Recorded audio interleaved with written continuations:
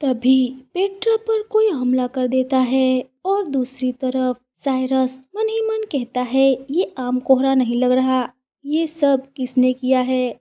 मुझे पेट्रा को ढूंढना होगा। साइरस वाटर स्पीड की पावर से वाटर बबल मास्क बना लेता है। दूसरी तरफ पेट्रा घायल होता है, बहुत ज्यादा खून बह रहा होता है और उसकी वजह से पेट्रा का ब्लैक मैजिक बाहर आने लगता है। पेट्रा मन ही मन कहता है, जब भी मुझे कोई चोट लगती है या मेरी जान खतरे में होती है तो ये ब्लैक मैजिक अपने आप ही बाहर आ जाता है। मगर क्यों? क्या ये सिर्फ मेरा बचाव है या इसके पीछे कोई गहरा राज छुपा है? पेट्रा पेड़ के पीछे छुप जाता है। पेट्रा मन ही मन कहता है, ये स्टूडेंट नहीं है, ये सिर्फ मुझे घायल नहीं करना चाहते, ये चाहते हैं कि मैं इस जंगल से कभी जिंदा बाहर ना निकल पाऊं और इन्हें पता है कि मैं ब्लैक मैजिक इस्तेमाल कर सकता हूं। अगर ये मेरी हत्या की साजिश है तो आखिर वो कौन है जो मुझे मरा हुआ देखना चाहता है? कहीं वो महारानी तो नहीं? पर ये कैसे मुमकिन है? हाई प्रिस्ट का ये बैरियर इस जंगल की रक्षा करता है। कोई भी बाहरी इंसान इस एग्जामिनेशन में दखल नहीं दे सकता। सिर्फ हाई प्रिस्ट और प्रोफेसर को ही इस बारे में पता होना चाहिए। ये है इनका प्लान, मुझे जान से मार दो और मुझे एक ब्लैक मैजिक इस्तेमाल करने वाला विलन बना दो। इन सब के पीछे मुझे ही असली गुनहगार साबित करना चाहते हैं। कितने असैसिन मेरे पीछे पड़े हैं, 1, 2 या उससे भी ज्यादा। मेरा शरीर कुछ अजीब लग रहा है। अरे नहीं, क्या इस तीर में जहर था? हालत बहुत खराब है। अगर मैं यहाँ रुका रहा तो जहर पूरी बॉडी में फैल जाएगा। इससे पहले कि मेरी सारी ताकत खत्म हो जाए मुझे यहाँ से निकलना होगा। पर इस कंडीशन में मैं कोई रिस्क नहीं ले सकता। ठीक उसी वक्त साइरस की एंट्री होती है। वो पेट्रा को बचाता है और अपनी जादुई ताकत से उन हमलावरों का नामो निशान मिटा देता है। पेट्रा कहता है, साइरस तुम? साइरस कहता है, क्या तुम ठीक हो पेट्रा? पेट्रा कहता है, नहीं, ये घाव उन्होंने तीर पर जहर लगा कर रखा था। मुझे महसूस हो रहा है कि मेरी बॉडी कमजोर पड़ रही है, हमें इसे जल्दी खत्म करना होगा। साइरस अपने पॉकेट से हीलिंग पोशन निकालता है। साइरस कहता है, ये लो तुम्हारा पोशन, मैं इसे हमेशा अपने पास रखता हूँ। ये मेरे लिए तुम्हारे दिए हुए किसी लकी चार्म जैसा है। आप कैसा महसूस कर रहे हैं? क्या घाव ठीक हो गया है? पेट्रा कहता है, मेरा पोशन सिर्फ बाहरी घावों को ही ठीक कर सकता है, जहर अभी भी मेरे अंदर मौजूद है। साइरस कहता है, तो फिर मुझे इसकी रफ्तार को रोकना होगा। यही छुपे रहो, मैं उन्हें संभाल लूंगा, तुम ज्यादा हिल डुल नहीं सकते। पेट्रा कहता है, लेकिन साइरस मैं। साइरस कहता है, मेरी बात सुनो पेट्रा, हिलने से जहर तेजी से फैल रहा है। मैं लड़ सकता हूँ पर तुम्हारी जान बचाना भी जरूरी है। यहीं रुको और छिपे रहो।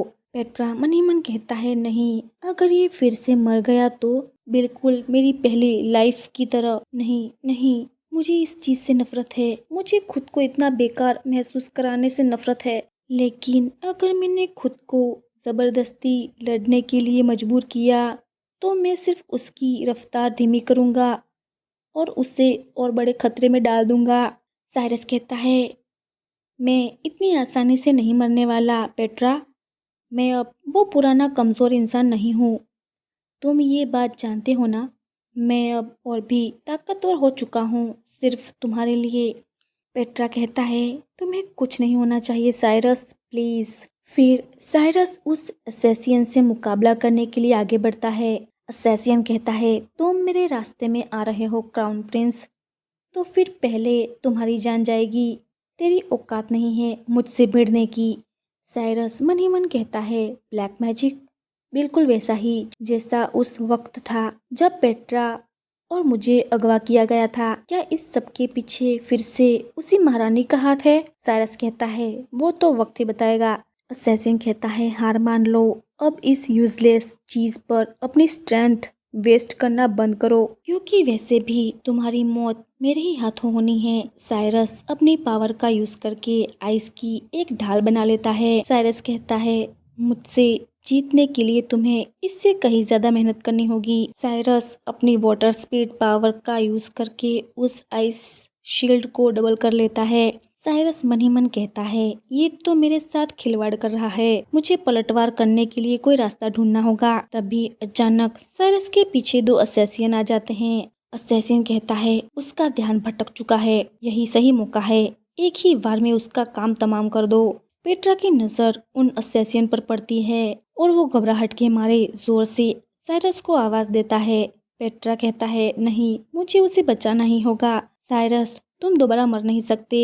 बस यही बोलते ही पेट्रा बेहोश हो जाता है। जैसे ही दूसरा असैसियन पीछे से हमला करता है, पेट्रा बेहोशी में बस साइरस को पुकारता रह जाता है। वो चाहकर भी उसे बचा नहीं पाता। सीन शिफ्ट होता है। एथेलियस की रॉयल पैलेस की जेल दिखाते हैं। यहाँ लियाम के कहने पर नील को जेल में डाल दिया गया था, पर नील चुपचाप बैठने वाला नहीं है। वो अपनी फायर स्पिरिट की पावर यूज करके जेल का लॉक खोलने की कोशिश में लगा हुआ है। नील कहता है, नहीं, काफी नहीं है, दोबारा करो, मुझे दोबारा कोशिश करनी होगी। और फिर से लॉक को जलाने लगता है। नील कहता है, मैंने कर दिखाया। पेट्रा खतरे में है, मुझे महाराज को बताना होगा। तभी वो सामने से आते हुए सोल्जर से टकरा जाता है। सोल्जर कहता है, अरे तुम वही रुक जाओ, एक कदम और बढ़ाया तो मैं तुम्हें काट डालूंगा। नील मन ही मन कहता है, नहीं नहीं, मैं नहीं पकड़ा जा सकता। सोल्जर, वही रुक जाओ। नील मन ही मन कहता है, नहीं, मैं पकड़ा नहीं जा सकता। सोल्जर कहता है, वही रुक जाओ।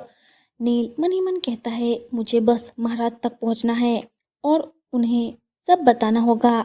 जेल से भागते भागते आखिरकार नील शाही महल तक पहुंच ही जाता है। नील कहता है, प्रिंसेस मार्टिना।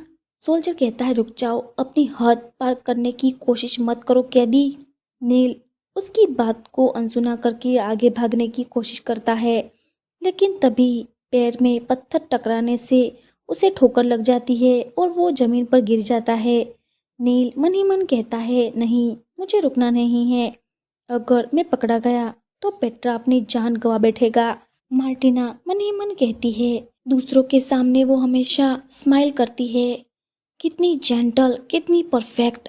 लेकिन मैंने देखा है उनकी आंखों का वो लुक जब कोई उन्हें नहीं देख रहा होता, वो बिल्कुल कोल्ड, कैलकुलेटिंग, फेक। उनका सारा प्यार, सारा अटेंशन हमेशा लियाम के लिए ही था। वो बेटा जिससे वो प्राउडली सबको दिखा सकती थी, अगला एम्परर। जबकि मैं बस वहाँ एक कोने में पड़ी थी। और हाल ही में मैं सोचने लगी हूँ कि उनकी उस स्माइल में कुछ भी कभी रियल था। तभी मार्टिना की नज़र नील पर पड़ती है। मार्टिना मन ही मन कहती है, क्या? मार्टिना कहती है, रुको, क्या हो रहा है? सोल्जर कहता है, राजकुमारी, तहखाने के निचले भाग से एक कैदी भाग निकला है। मार्टिना मन ही मन कहती है, नील, अकेडमी का एक स्टूडेंट भला जेल में कैसे पहुंच गया?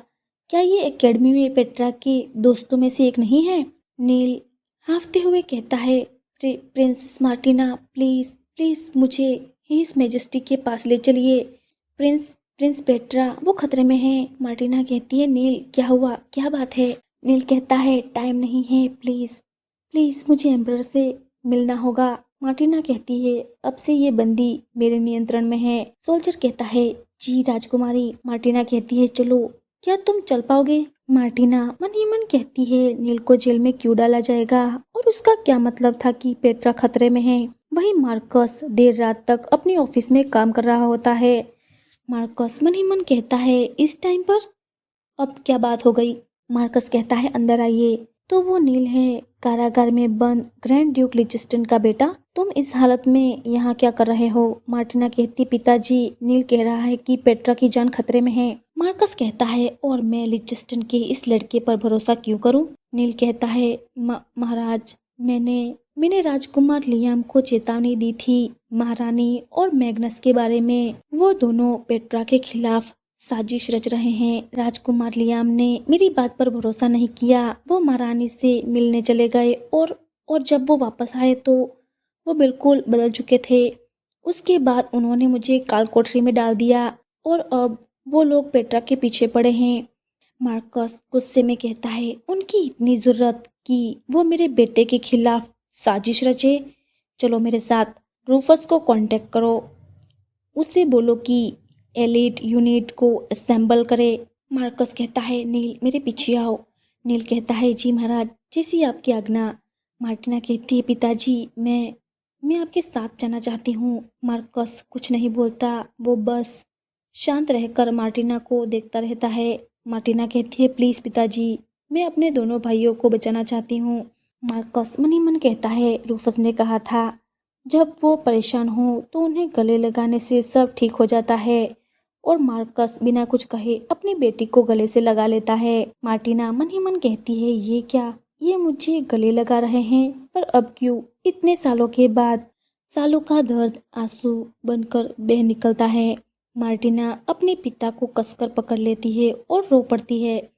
मार्कस मन ही मन कहता है, अरे नहीं, ये तो और ज्यादा रोने लगी।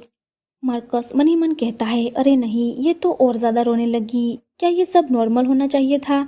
बेवकूफ रूफस। मार्कस कहता है, तुम मेरे साथ नहीं आ सकती, वह बहुत ज्यादा खतरा है, तुम यहीं रुकोगी, मैं उन्हें वापस लेकर आऊंगा, तुम्हारे दोनों भाई को जिंदा। मैं इस महल की जिम्मेदारी तुम्हें सौंप कर जा रहा हूँ। इस वक्त तुम ही अकेली ऐसी फैमिली हो जिस पर मैं भरोसा कर सकता हूँ। मार्टिना अपने आंसू पोंछते हुए, तो फिर महल को मैं संभालूंगी। मार्कस कहता है, बहुत अच्छे, अपनी माँ पर नजर रखना और संभल कर रहना। रूफस यही रहेगा, तुम उस पर आंखें बंद करके भरोसा कर सकती हो।